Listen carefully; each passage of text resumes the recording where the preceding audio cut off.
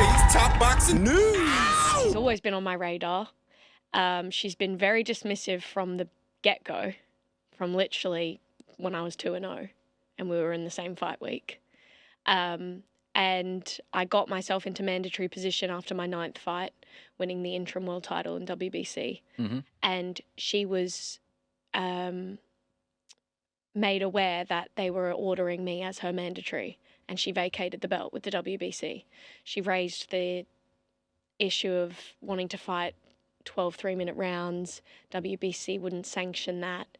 And she kind of got around it in a way that convinced all her fans and followers that she's vacating the belt because she's fighting for women's rights and the right to fight for 12 3-minute rounds.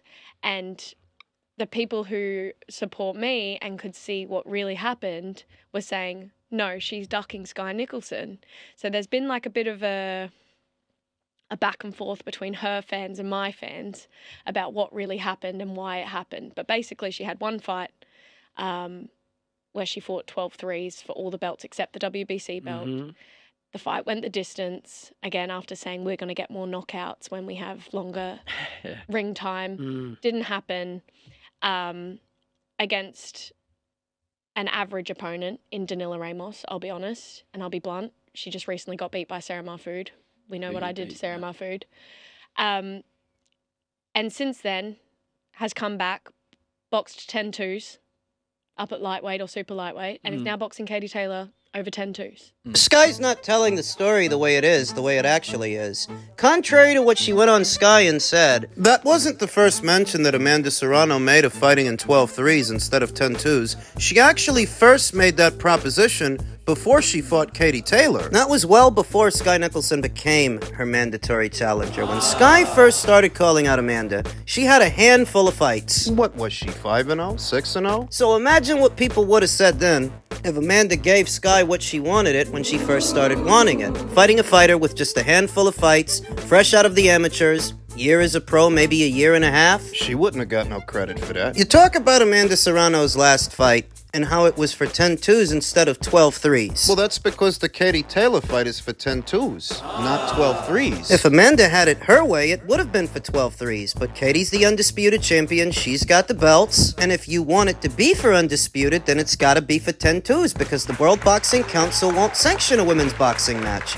for 12 threes. That's the way it is, that's the part she leaves out. Her fans do think Amanda is ducking Sky Nicholson. They think that she's ducking Sky to fight a more decorated fighter at a higher weight who's already beat her once before. Why? Because Sky's more dangerous than Katie Taylor at 140? More proven than Katie Taylor? No. But does the Sky Nicholson fight, does that pay better than the Katie Taylor fight? No. Sky Nicholson has largely benefited from these call-outs. That's why she's the second most recognizable fighter in today's featherweight division. It's a talent-rich division, a dense division, but of the fighters that fight there, the two most recognizable fighters are Amanda, and then it's Sky. For calling her out. The thing is, Sky doesn't live under a rock. She knows just as well as everybody else that most of this year, Amanda Serrano has been attached to a Katie Taylor rematch that was initially supposed to go down months ago, but because Mike Tyson became injured, it didn't happen on schedule. It got postponed. She knows that. Like she also knows that Amanda's gonna be fighting Katie for the second time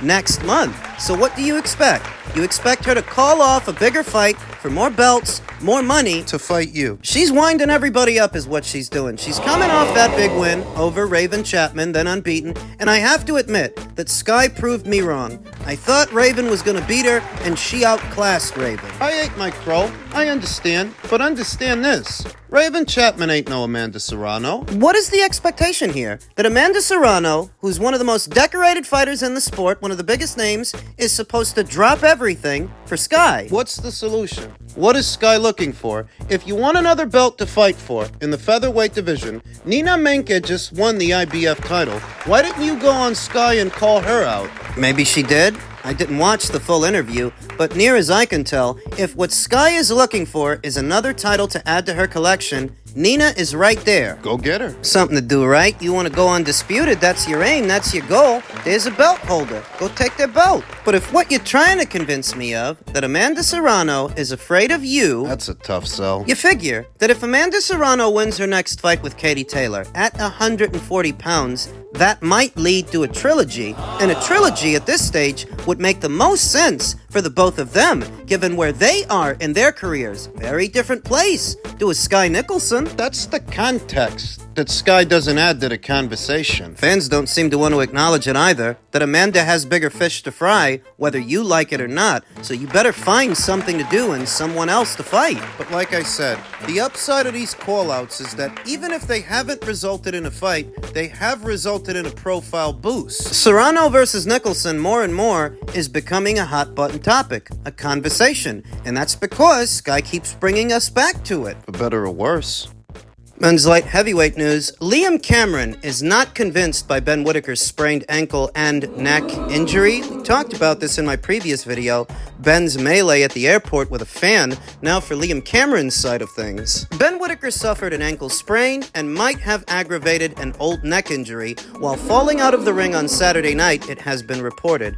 The by now infamous incident, which saw the British starlet tightly grab hold of opponent Liam Cameron before they both tumbled over the top rope, led to the light heavyweight contest being stopped and going to the cards. A draw was subsequently ruled as Whittaker, who indicated he could not continue, left the arena in a wheelchair over an ankle sprain and a bad case of whiplash. For a perspective, when Ebony Bridges made her professional debut, she twisted her ankle real bad and still finished the fight. Ben didn't. Liam Cameron, a hefty underdog, has accused Whittaker of initiating the fall and then looking for a way out. That's how many people see it. Ben quit. An Olympic silver medalist who has thrilled and annoyed fans in equal measure with his showboating antics, Whittaker was in the midst of the toughest fight of his 8-0 career when the dramatic fall occurred. The 27-year-old's promoter, Ben Shalom, last told Sky Sports, following the unprecedented incident that ended the match on Saturday night, Ben Whittaker is undergoing further assessments on his neck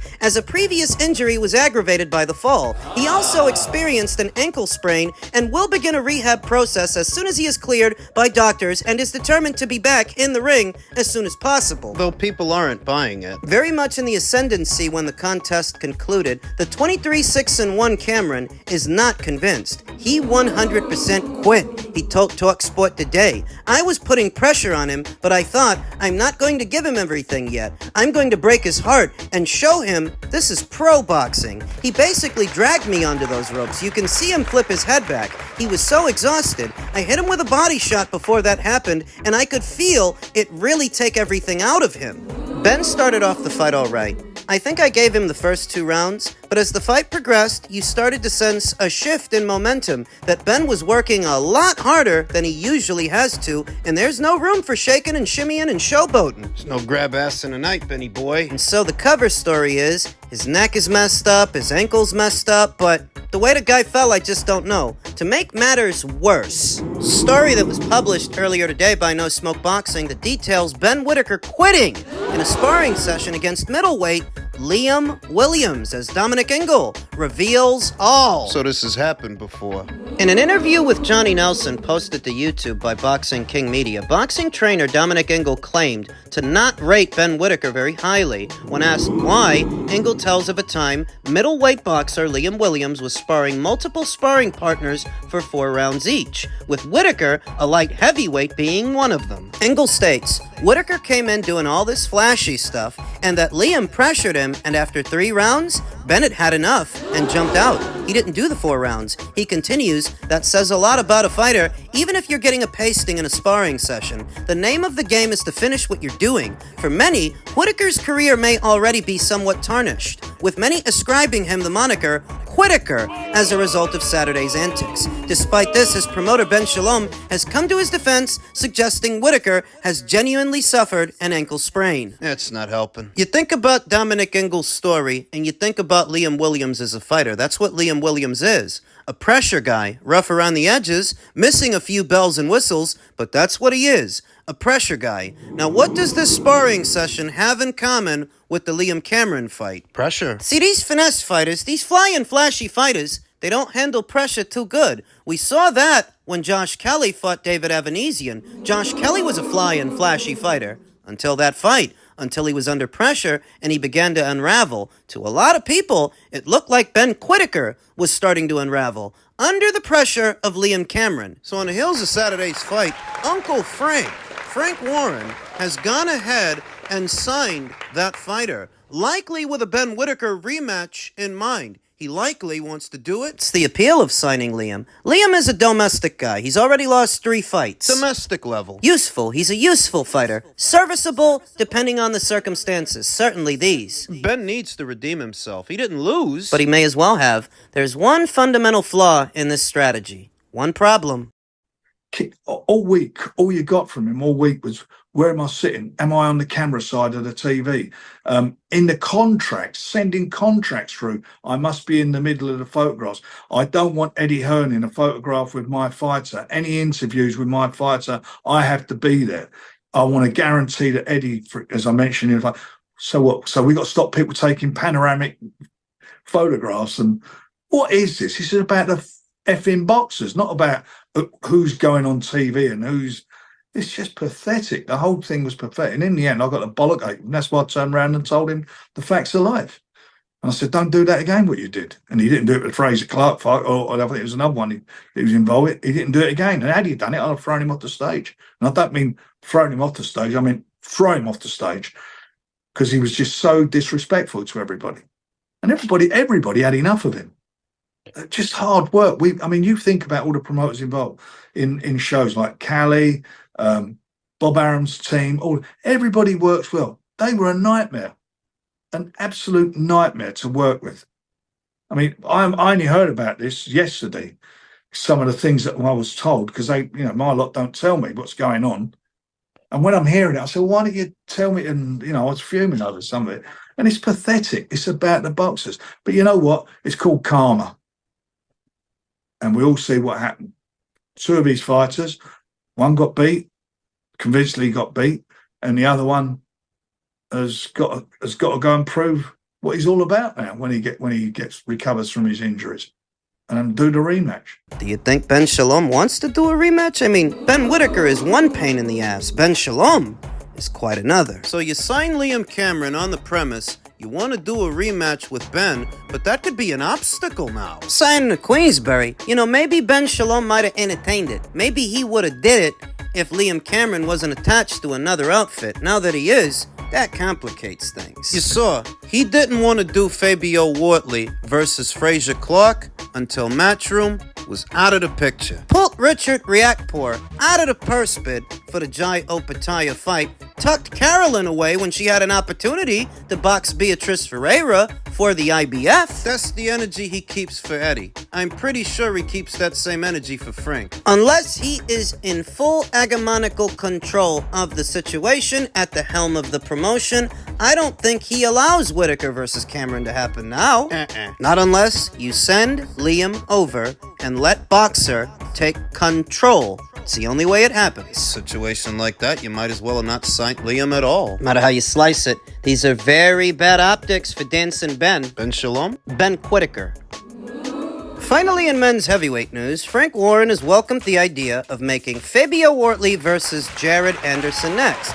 And of course he would, because Jared Anderson is coming off his first professional loss, whereas his new guy, Fabio Wardley, is coming off a career best win. Career best win after career best win, Fabio Wardley is flying high, Jared Anderson, not so much. So it may seem a dramatic measure to cash in all your chips on Jared Anderson now at the first sign of trouble after that Martin Bakole knockout. The problem is, that wasn't the first sign of trouble. Leading up to that fight, he'd been looking bang average, showing a wavering commitment to the sport, and I already knew he was going to lose that Martin Bakole fight. I said as much on the channel. Said Martin was going to knock him out. Too seasoned, too big, too strong. I saw it coming. So Fabio Wardley has cracked the top 10 ranks, and he comes in at number 9. You will notice that in the top 10 ranked standings via Ring Magazine, there are no Americans. At the top of the heap, the top of the lot, you've got a Ukrainian and Usyk. Behind him, you have a Brit in Tyson Fury, another Brit behind him in Daniel Dubois, a New Zealander in Joseph Parker, a Chinaman in Zhilei Zhang, a German in Agit Kabayel. From the Democratic Republic of the Congo, you have Martin Bakoli. From the UK, you have Anthony Joshua. From Croatia, you have Filip Hrgovic. And from Britain, you have Fabio Wardley. But there are no Americans here. Whatever happened to the American big man? He's playing other sports. He's playing football, basketball. Sports that allow him to make a lot of money that don't require him to get punched in the face. That's the theory. But you don't see Jared Anderson there. No. I wonder if Top Rank is ready to cash this guy out. Cash in their chips on Jared Anderson, because it's not looking good. The fights that he was having at Top Rank, those were developmental fights. Litmus tests, acid tests to groom the fighter in the fashion that they do. But when he fought in Riyadh season, Martin Bakoli is not a bring-along fight. That's not a developmental fight. You have to think of those Riyadh season shows as the Super Bowl of sorts. Or the World Series. For a lot of these fighters that are fighting Riyadh season shows, it's the biggest fight of their careers, whether you're talking about Fury and Usyk for the undisputed, Beterbiev and Bivol for the undisputed, Daniel Dubois versus Anthony Joshua. That's what it is. It's a detour, a deviation from your regularly scheduled programming, your regularly scheduled matchmaking, and Jared Anderson wasn't ready. That's what we saw. You put him in there with Fabio. The both of these guys are athletic fighters, the both of them, with the difference being the difference in power. Fabio has a lot more power than Jared. They're both fast, they're both agile, they're both athletic. What separates them? Fabio is more explosive. He's got real heavyweight power, and Jared Anderson, unfortunately, I don't think he does. I don't think he's got dog in him like Fabio Wardley. Fabio showed real mongrel in that first Frazier-Clark fight, ended it rather abruptly in the second this past weekend. I've never seen that from Jared Anderson. I feel like when push comes to shove again, he's gonna crumble again. Martin kicked his ass. Haven't heard anything in terms of new news as it pertains to that fighter and when we can expect him to come back. He took quite a beating. So Frank can make that suggestion, Fabio versus Anderson, transatlantic fight. I think it would require Jared Anderson to travel, and I don't think he's gonna do that. We all know how much American fighters hate traveling. And if nothing else, he's coming off a devastating loss. By all rights, he does need a rebound fight. See if he gets one.